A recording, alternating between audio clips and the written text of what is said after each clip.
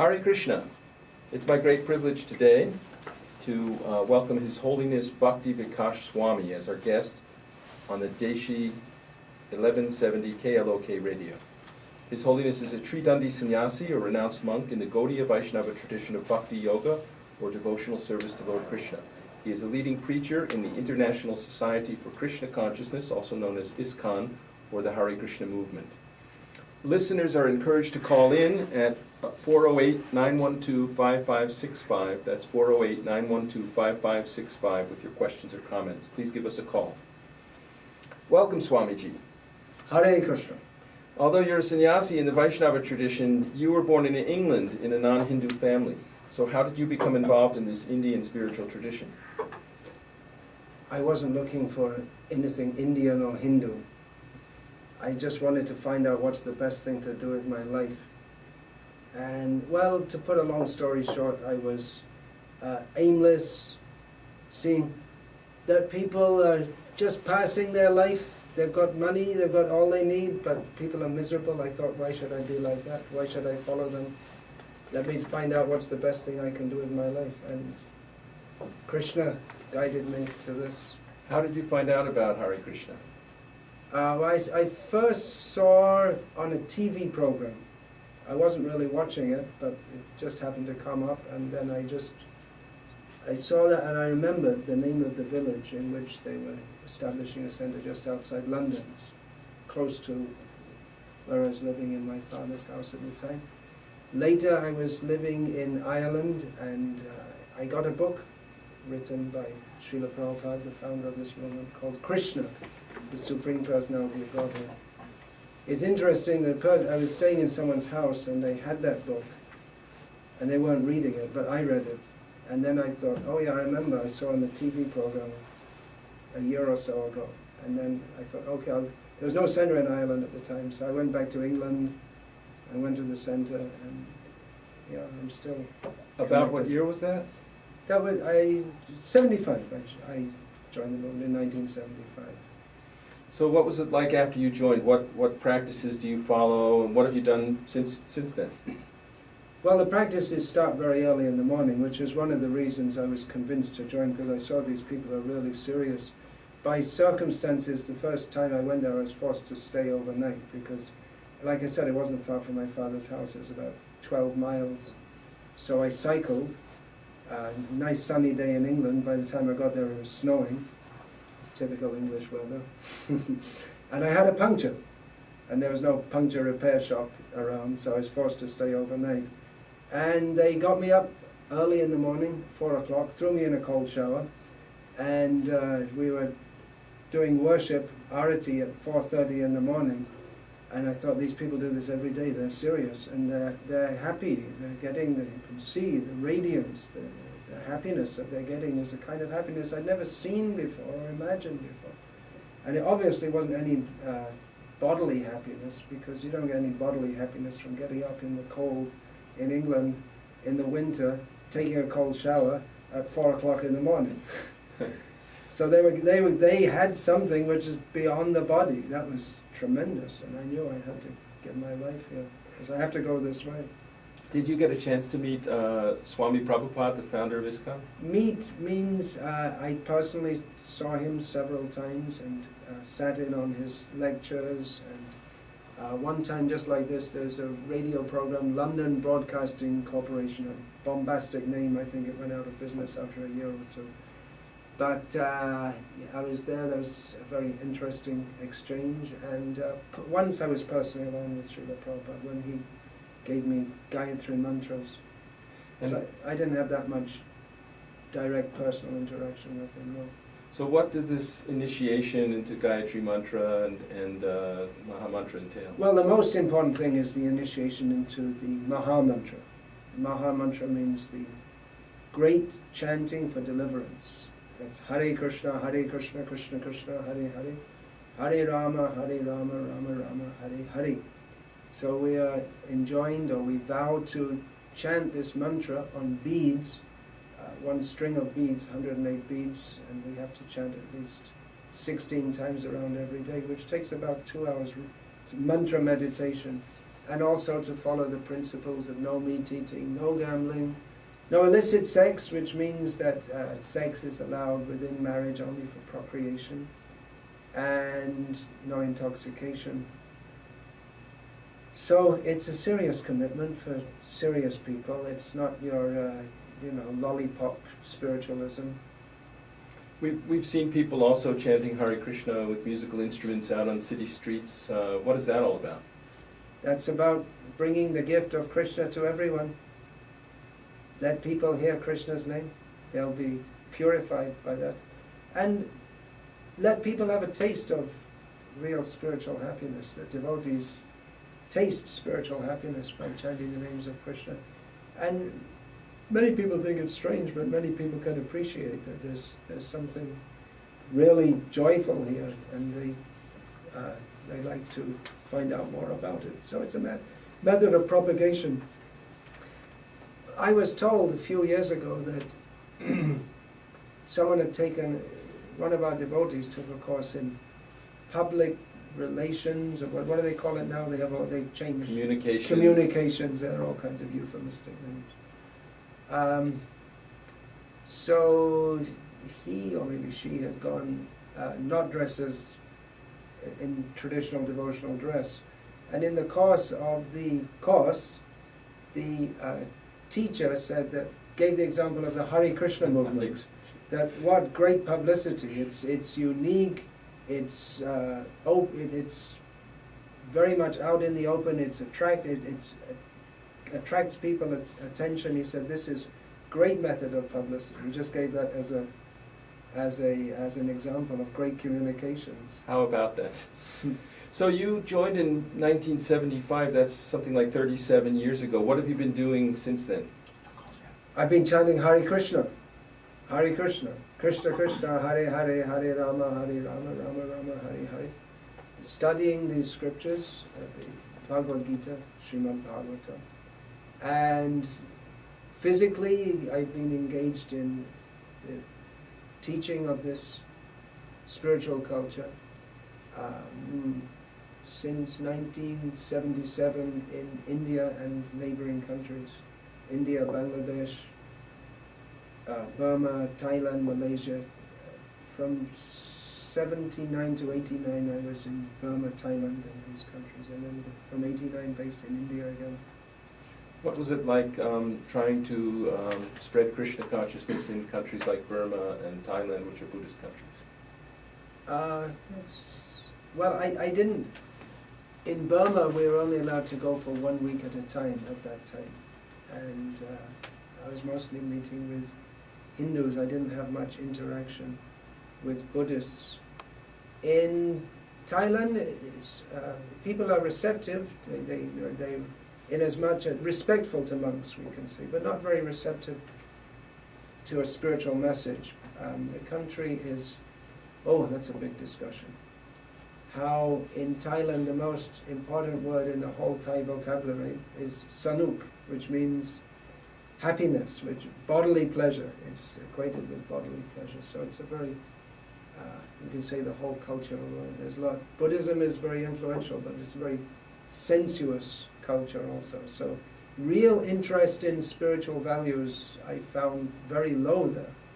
It might be surprising considering it's a Buddhist, but it's Buddhist religion. It's not a Buddhist. I wouldn't say this might be controversial, but I don't find a truly Buddhist ethos there. In the spirit of the Buddha, the Santi Asok is one cult who want to bring I'm not saying cult in a pejorative word. They want to bring back the real Buddhism, so they try to practice as the original Buddha did. But otherwise the country is quite saturated in sensualism, which is one main reason that many people go there, for gross sensual enjoyment. So it's a little tough. How about other countries? You said you also were engaged in Bangladesh? Yeah.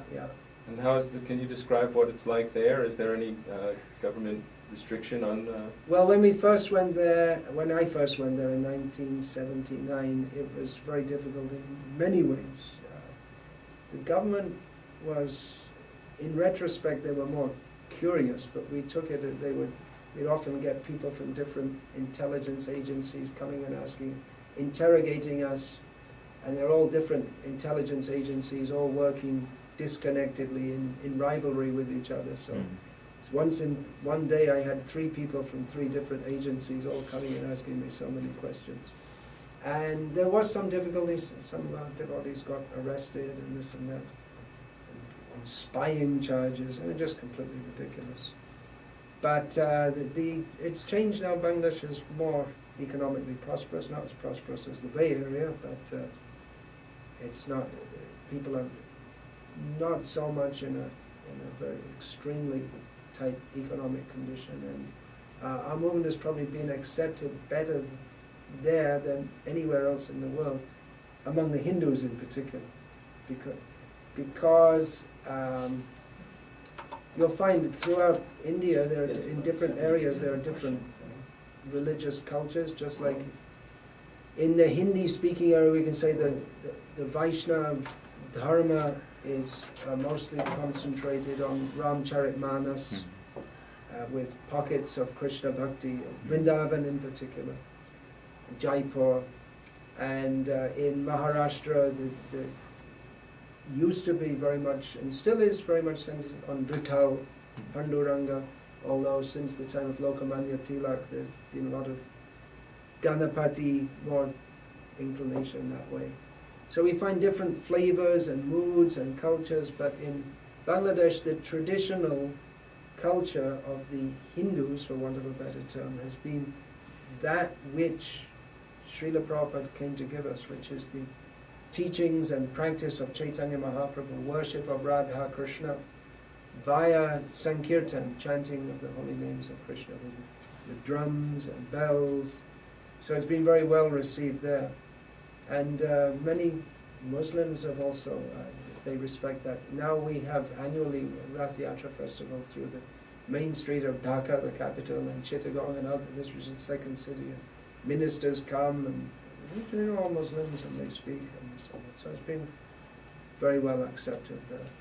I'd like to remind our listeners that to please call in at Desi 1170 AM, 408-912-5565. That's 408-912-5565, and ask your questions to the Swami. So you mentioned these books and reading the Krishna, the Supreme Personality of Godhead. I know that Hare Krishnas all over the world keep distributing these books, and why is that, and what do they expect us to get from them? Knowledge, spiritual knowledge. There's so much knowledge in the world. This Bay Area is it the capital of IT? Well, people in Seattle might disagree, but it's a lot of information. But knowledge of the purpose of life, who are we, where have we come from, why, what are we doing on this little planet hurtling around in space? Who are we? How did I end up in this body? What put me in this situation? I didn't choose to get the kind of body that I got. Most people, if they could choose, they'd do a good plastic surgery on themselves, if they could redesign their body.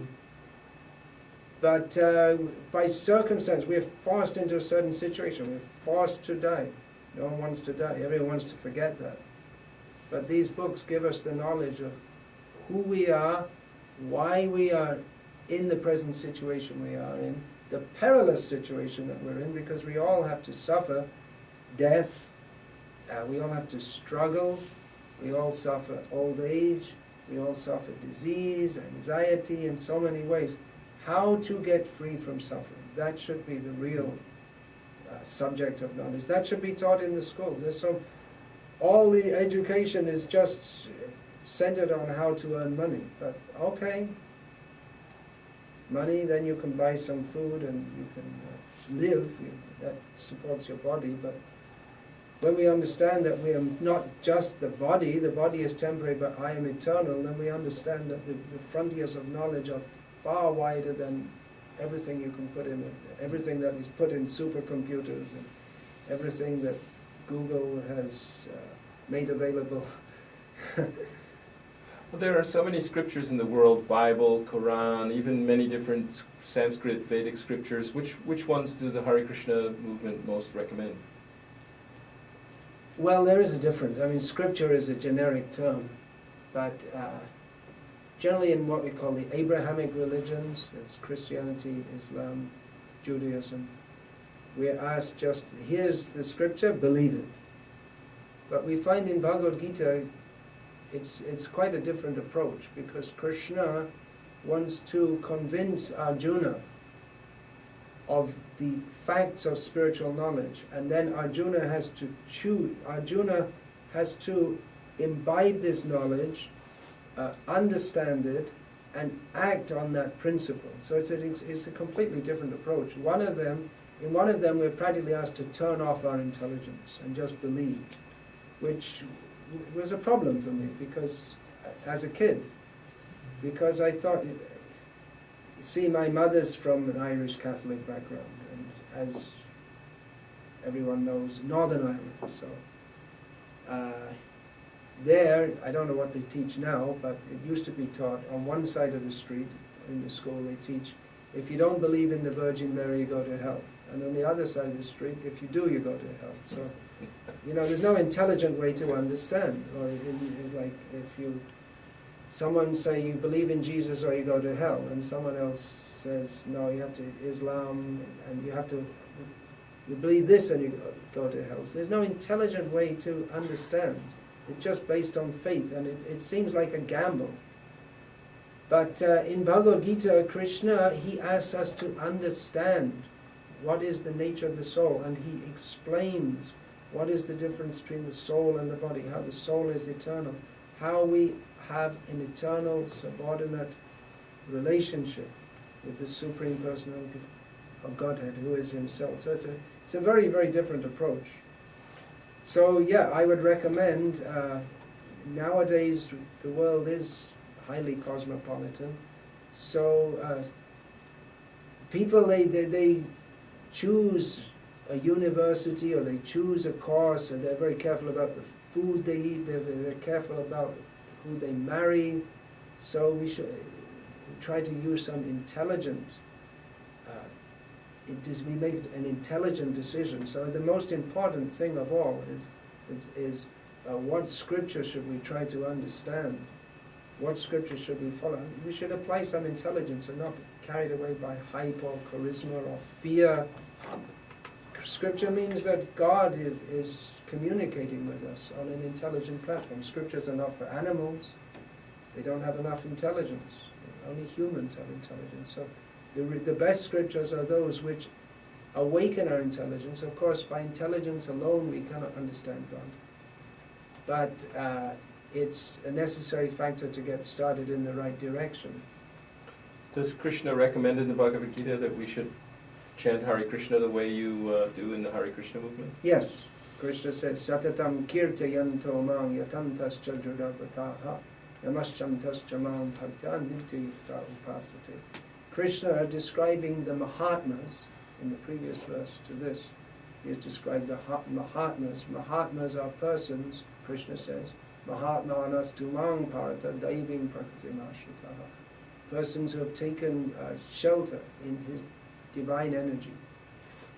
So he describes that the symptom of them, he describes, they are always engaged in kirtan, always chanting about me.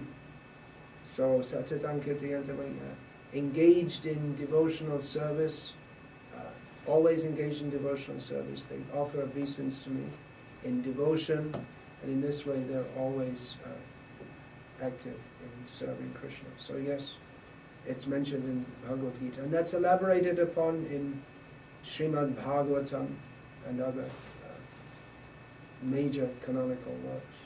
Once again, I remind our listeners, please call in with your questions, 408-912-5565. If you have any questions for the Swami, it would be nice if you could call.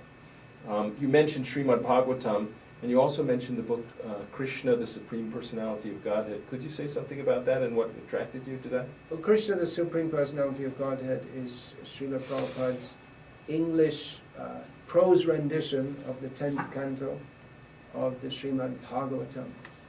Yeah, the Srimad Bhagavatam opens with, if I was to discuss the first verse, then You could run out of time. Desi Radio doesn't have enough time for that. Is it what it said? But, Swami? I can recommend, read it yourself. The first verse, the very, even just one or two words, the first two words, Janmadyasya yataha. The absolute truth is that from which everything emanates, in which everything rests, and into which everything ultimately enters. That's the meaning of those, encapsulated in those short words. So there's so much discussion of the nature of the Supreme, which is called therein within the Srimad Bhagavad Tattva Vijnanam. It is scientific knowledge of the nature of the Supreme Person. We do have a caller on the line. Please state your name and where you're calling from and ask your question. Hi, I'm Raja calling from San Jose. Hare Krishna Raja. Hare. I would like to know how relevant all these Vedas and scriptures from the East are in the present society, in the modern world, and what is the right age to inquire into all these spiritual matters? Relevance in the modern world is as relevant as ever. It never becomes irrelevant because the Vedic scriptures, they deal with subjects which are transcendental to time. Just like in Bhagavad Gita, Krishna says, Janma Mrityu Jara Vyadhi Dukkha Dosham Darshanam.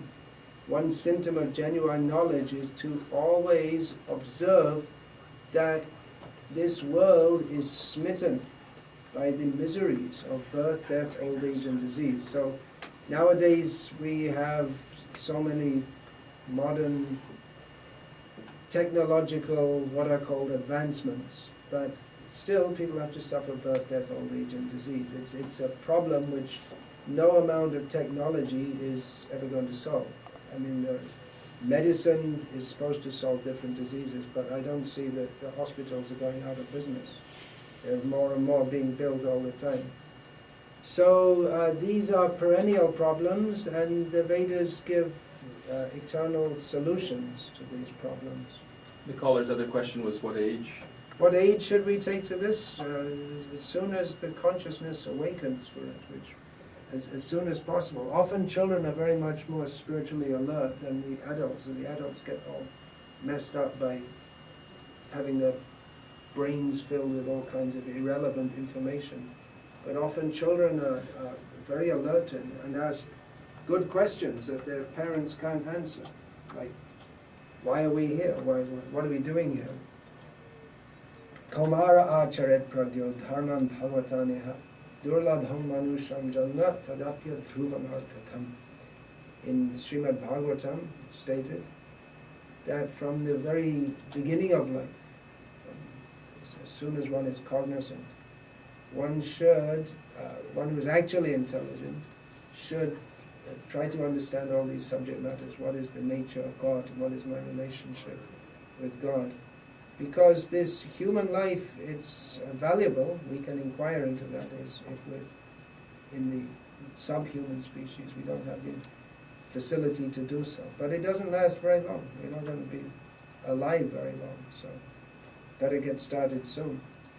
Well, I'm afraid that's all the time we have. I want to thank you very much, Swamiji, for joining us, and I found it a very interesting and enlightening presentation. I've been asked to make a couple of announcements about ISKCON, and there is an ISKCON temple in San Jose at 951 South Bascom Avenue, where it has been located for the past 7 years. But ISKCON of Silicon Valley has purchased a new building in Mountain View